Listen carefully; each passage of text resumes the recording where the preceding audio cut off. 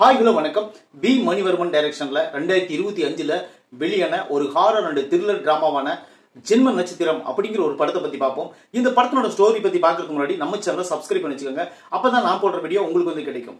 இந்த படத்தோட ஸ்டோரி என்னன்னு பாத்தீங்கன்னா, தமன் குமார் தான் இந்த படத்தோட லீட் ரோல் எடுத்து நடிச்சிருக்காரு. அப்புறம் வந்து பாத்தீங்கன்னா இந்த படத்துல நிறைய ஆக்டர்ஸ் நடிச்சிருக்காங்க. காளி வெங்கட், வேலா ராமமூர்த்தி, அப்புறம் வந்து பாத்தீங்கன்னா இந்த படத்துல முனிஷ்காந்த் நடிச்சிருக்காங்க. அப்புறம் சந்தான பாரதி அப்படின்னு சொல்லிட்டு நம்மளுக்கு தெரிஞ்சவங்களே ஒரு 4-5 பேர் நடிச்சிருக்காங்க. அது போக இந்த படத்தோட ஸ்டோரி என்னன்னு பாத்தீங்கன்னா, அதாவது ஒரு பெரிய அரசியல்வாதி அவர் வந்து என்னன்னா ஓட்டுக்கு பணம் கொடுப்பாரு. ஓட்டுக்கு பணம் கொடுக்கும்போது அவர்கிட்ட கீழே வேலை செய்யக்கூடிய காளி வெங்கட், அதாவது வேலா ராமமூர்த்தி வந்து பெரிய ஒரு அரசியல்வாதி. அவர் வந்து ஓட்டுக்கு பணம் கொடுக்கிறவரு. இப்போ என்னன்னா அவர் கீழே வேலை செய்யக்கூடிய நம்ம காளி வெங்கட் அவர் என்ன பண்றாருன்னு பாத்தீங்கன்னா, உண்மையும் நேர்மையுமா இருப்பாரு. நம்ம கட்சிக்காக, நம்ம தலைவருக்காக நம்ம எப்பொழுதும் பாடுபடணும் அப்படின்னு சொல்லிட்டு அவர் வந்து எந்த தப்பு தண்டாவோ லஞ்சமோ எதுவும் வாங்காத அளவுக்கு ஒரு சுத்த பியூரான ஒரு அரசியல்வாதியோட பிஏவா இருப்பாரு. அந்த மாதிரி ஒரு நல்ல தொண்டன். இப்ப என்னதுன்னு பாத்தீங்கன்னா, அவருக்கு ஒரு இக்கட்டான சூழ்நிலை வருது.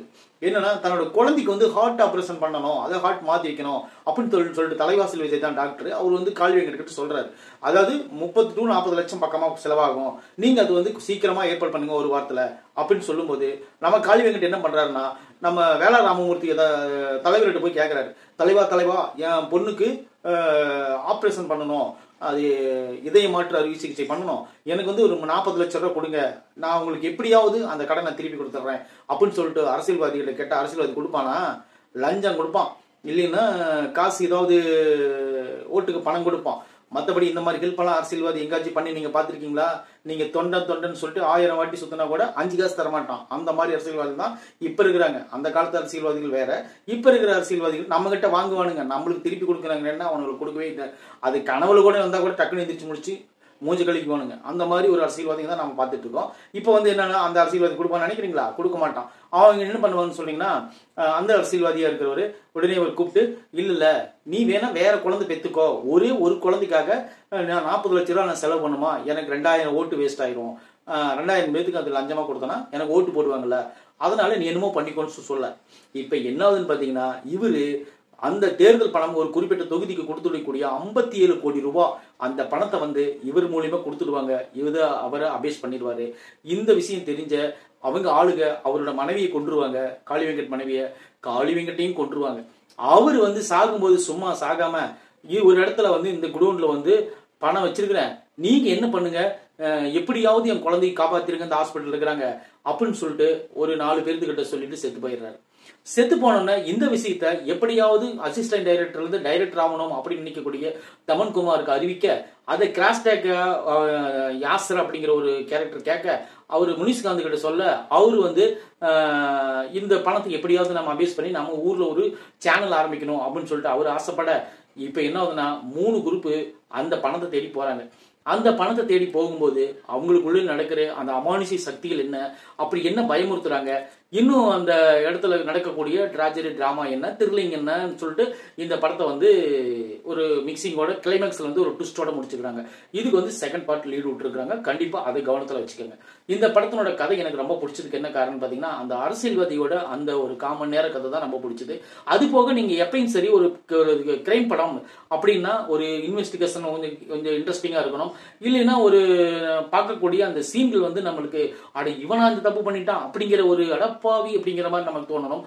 ஆனா அதெல்லாம் எதுவுமே கிடையாது. இன்னொரு விஷயம் பாத்தீங்கன்னா, இவன் தான் தப்பு பண்ணிருப்பான்னு ஓப்பனிங்லேயே ஒரு 2-3 சீனை வச்சிடறாங்க. அதுக்கப்புறம் என்ன ஆகுதுன்னு பாத்தீங்கன்னா, அந்த கேரக்டர் யாருன்னு இவங்க வந்து இடைவேளைக்கு அப்புறம் நம்மளுக்கு தெரிவிச்சிடறாங்க. அதுக்கப்புறம் கிளைமேக்ஸ்ல வந்து ஹீரோவுக்கு தெரியும் போது நம்மளுக்கு ஒன்றும் பெருசா ஆட்சேபனை பண்ற தேவையில்லை. அதுக்கப்புறம் இன்னொரு விஷயம் என்னன்னு பாத்தீங்கன்னா, இந்த படத்துல நடிச்சிருக்கக்கூடிய எல்லாரும் சூப்பரா நடிச்சிருக்காங்க. அது குறிப்பா அந்த பொண்ணு அந்த ஒரு கேரக்டர் இருக்கும், அவங்க வந்து மாசமா இருப்பாங்க. அவங்க வந்து இந்த மாதிரி அபர்சன் ஆகக்கூடிய சூழல் அதெல்லாம் அப்படியே நேச்சரா காட்டும்போது அது வந்து ரொம்ப கஷ்டமா இருக்கும். அந்த சீன்லாம் பார்க்கும்போது அதெல்லாம் கூட ஓரளவுக்கு நல்லா சூப்பரா பண்ணியிருந்தாங்க. அது போல ஹாரர் அப்படின்னா அந்த படத்துல ஒரு 2-3 சீன் கொஞ்சம் பயமுறுத்துற மாதிரி தான் இருக்கு. ஏன்னு கேட்டீங்கன்னா, அந்த டக்குன்னு அந்த பேய் வர்ற மாதிரியும் அந்த குழந்தையை பயமுறுத்துற மாதிரியும் அதெல்லாம் கொஞ்சம் நல்லாவே பண்ணியிருக்காங்க. அது போல இந்த படத்துல வந்து பெரிய ட்விஸ்ட் அப்படிங்கறதெல்லாம் ஒன்றும் பெருசா கிடையாது. ஆனா இருந்தாலும் கதைக்கு ஓரளவுக்கு நல்லா இருந்துச்சு. ஒரு ஹாரர் படம்னா மெயினா என்ன நினைப்பாங்க, எது விஷயம் இருக்கோ இல்லையோ, தேவையோ இல்லையோ, ஒரு பங்களாக்குள்ள ஒரு 4-5 பேர் போயிருவாங்க. போனதுக்கு அப்புறம் ஒரு 2-3 பேர் கொலை செய்யப்படுவாங்க. மீதி எத்தனை பேர் இருக்கிறாங்க அவங்க எல்லாம் வெளியே வந்துட்டு மீதி செகண்ட் பார்ட்டுக்கு லீட் வருவாங்க. சாட்சாத் அதே அதே படம் தான், அதே கதை தான், வேற எதுவுமே கிடையாது. அந்த பர்டிகுலரான அந்த குடோனுக்கு தேடி அந்த பணத்தை போறாங்க. அங்க நடிக்கிற அமானுஷ்ய சக்திகள். அதை பண்றது யாரு? இது ஒரு விஷயம்னா ஃபர்ஸ்ட் ஹாப் வந்து கிரைமே கிடையாதான், செகண்ட் ஹாப்ல தான் கிரைம் இருக்குதான் அப்படின்னு சொல்லிட்டு செகண்ட் ஹாப் தான் நல்லா ஒரு சூப்பரா அது அந்த தலைக்கட்டாய் கீழே ஓடுறதெல்லாம் உண்மையிலே நல்லா இருந்துச்சு. அதை பார்க்கும்போது அந்த மாதிரி ஒரு 4 சீன் வச்சிருந்தா கூட அந்த படம் நல்லா இன்னும் கொஞ்சம் நல்லா இருந்திருக்கும். இந்த படம் நான் குறையெல்லாம் சொல்லலை, படம் நல்லா தான் இருக்குது. நீங்கள் ஒரு டைம் பார்த்து என்ஜாய் பண்ணக்கூடிய எல்லா விஷயங்களும் இருக்குது. இந்த படத்தில் செக்ஷுவல் கண்டென்ட் எதுவுமே கிடையாது. குழந்தைகளோட நீங்கள் உட்காந்து பார்க்காதீங்க. ஏன்னு கேட்டிங்கன்னா இதில் கொஞ்சம் வைலண்ட் சீன்லாம் நிறைய இருக்குது. அதனால் வந்து நீங்கள் தனியாக பாருங்கள், உங்கள் குடும்பத்தோடு பாருங்கள், குழந்தைகளோட பார்க்காதீங்க. அதான் சொல்கிறேன். இந்த விமர்சனம் பிடிச்சிருந்தா நம்ம சேனலை சப்ஸ்கிரைப் பண்ணி வச்சுக்கோங்க. நன்றி.